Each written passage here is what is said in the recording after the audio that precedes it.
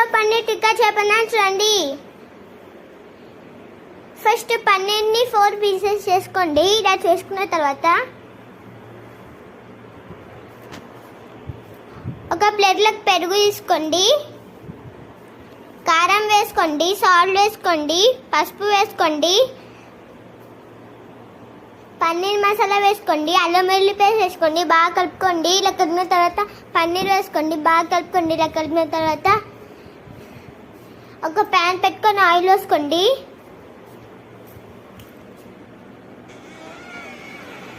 వేసుకోండి పన్నీర్ ప్యాన్ మీద.